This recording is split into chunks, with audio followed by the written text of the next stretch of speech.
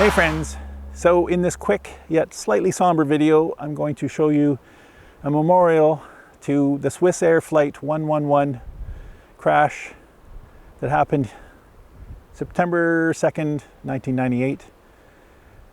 Basically about 12 kilometers out to sea here, a Swissair flight that comes regularly from New York City to Geneva, Switzerland, was encountering smoke in the cockpit, and about 14 to 15 minutes later, while trying to come around and land in Halifax, they went offline basically and crashed into the ocean. There was 215 passengers and 14 crew on board, and no one survived.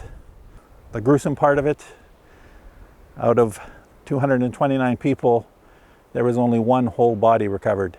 It's said that the plane hit the water at a G-force of 350 Gs, and over the course of the next 18 months to 2 years, they pulled over 2 million, close to 3 million pieces of the plane out of the water. So you can imagine, people didn't have much of a chance. But this here is the memorial to that. These two communities, Peggy's Cove is right there. You can see the lighthouse from here. And another one, I can't remember the name of it now. But there's two communities here that basically rallied around and helped support crew and first responders and all that kind of thing. And for a good 2 years, there was an investigation. The TSB, which is the Transportation Board of Canada, was heading that investigation. They did have people from the RCMP also involved.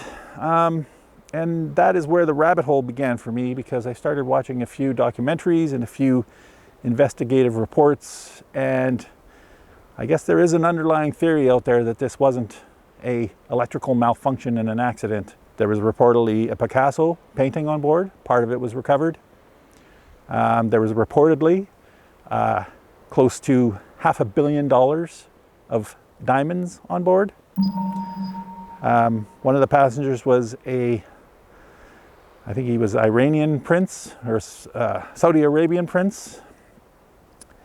There was many delegates. The route that the plane takes, like that flight path going from New York City to Geneva, Switzerland, was nicknamed the UN Airbus because a lot of UN officials and workers would go from the New York City in America back to the UN headquarters, which is located in Geneva. So who's to say?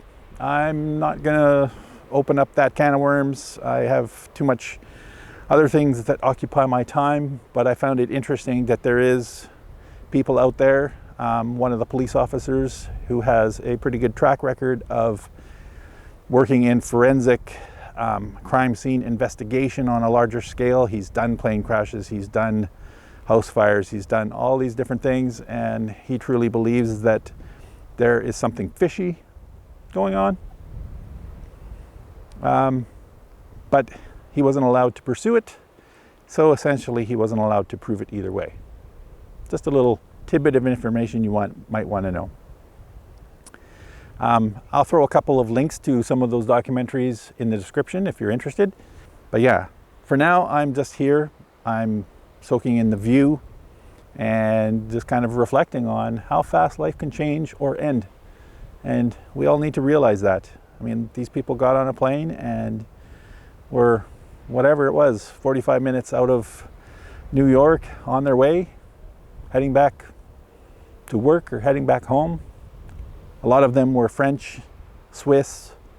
I think there was Germans. I think there was only 4 Canadians on board. Some Americans, obviously. Nobody made it anywhere. And it's just kind of scary. As a side note, there's a restaurant down here called Shaw's Landing. I'd seen a couple of signs for it. I think I've even heard a couple of people mention it, that if you want to go out for dinner, it's a good place to check out. And I learned in one of these documentaries that the proprietor of Shaw's Landing is Ian Shaw, and his 23-year-old daughter perished on this flight. And he was lost. He didn't really know where to go or what to do.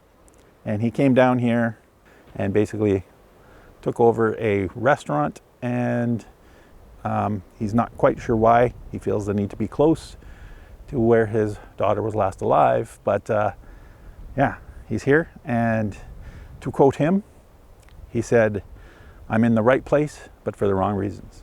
So there's a little food for thought.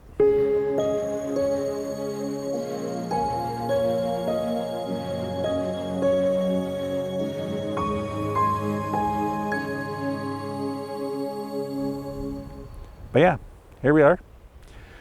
This is the Swissair 111 Memorial, and I'm going to basically sign off, and I'll show you around a little bit, and then we'll be on our way.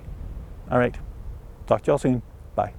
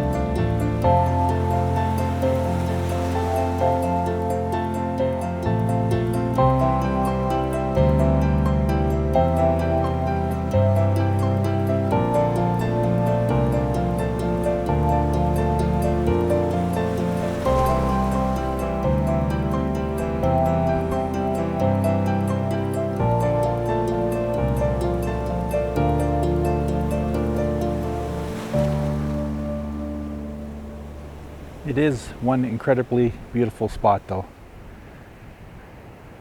They picked a good spot.